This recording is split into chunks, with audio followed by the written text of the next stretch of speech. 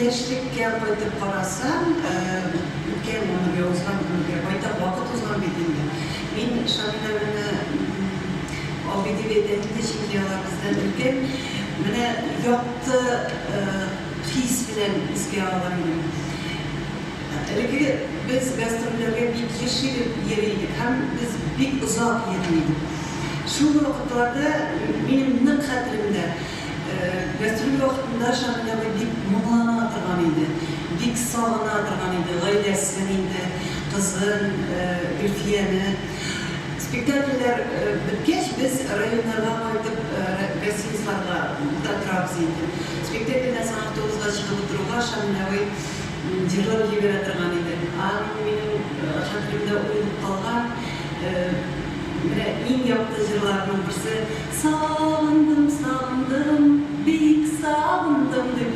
Менә гаен ул үзенең гаиләсен сагына торган булгандыр.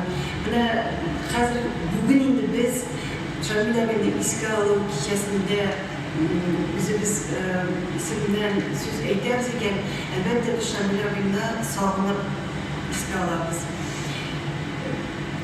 Күпме сулар узган, күпме вакыт узган, әмма ләкин бүген әйтәсе килгән сүзем минем башка. Менә вакыйгка күчкәннәрне ничек итеп без күңелебездә, исебездә тотабыз. Югыйсә инде Шамилә киткәннән соң инде яңа бер буын үсеп, аның тамашачылары біз өлкәннәргә әверелдек. Яңа буын үсте, икенче буын. Һәм шушы буынга кем менә Шамилә белән барлыгын, булганлыгын, эшләгән гамәлләрен кем җиткерә? Мин әйтер идем бүгенге көндә аның кызы Айгөл. Без Гөлфия белән алар икесе үзләренә тәңгәл килерлек бала үстергәннәр. Бүгенге көндә Айгөл үзенең концертларын оештырамы, нинди дә булса чыгышлар ясыймы, ул һәр вакытта әти-әнисен искә ала. Һәр вакытта алар турында нинди дә булса сүз әйтеп, аларга багышлап җырлый. Аларның яшәгән гомерләрен халыкка тарата.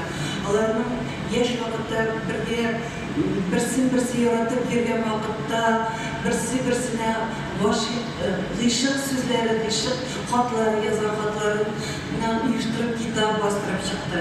Һәм әлбәттә бу юбилей да барлыкка килмәс иде, әгәр дә Айгөл шулай үзе тырышмаса. Бу бары тик аның тырышлыгы. Димәк, Шамилә үзеннән соң алган буынны дөрес тәрбияләгән. Ничек менә адәм баласы җир йөзендә шулай озак яши? Мин әйтмим, гомер яшәү ул кеше күңелендә. Яшәү ул безнең хәтердә. Безнең хәтерләр шулай яңарып тора икән, ул бары тик менә Айгөлнең тырышлыгы. Ул гел искәртеп, яңартып тора хәтерләрне. Әле менә мин әйтә алам, күпмедер вакыт узган булса да, Шамил әле безнең белән. Шамил гел безнең кырда.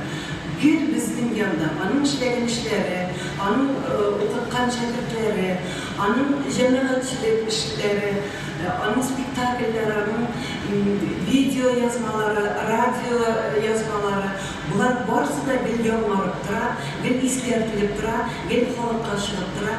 Ул бары тик Айгөлнең тырышлыгы аркасында. Айгөлгә бары тик киләчәктә шушы эшне дәвам итүен, әле ул үзе генә түгел, гаиләсе генә түгел, аның балаларына шушы белән тәрбияләгән, югыйсә бит ул балалар Шамил белән Гөлфиядән соң дөньяга килгән. Алар тулаенча үз күзләре белән күрмәсәләр дә үзләренең янында дәвамисе, безнеңчә әйтеп әйтсәк инде, әбисе, бабасы барлыгын тоеп үстеләр. Шушы сәнгатькә мәхәббәтләрен белдереп үстеләр.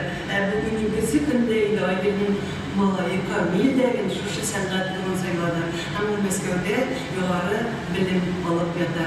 Мин бары тик әйтәсем килә, хөрмәтле тамашачылар, біз бүген исән чакта үзебезнең яннарыбызда якыннарыбызны искә алсак кына аларның гомере озын була.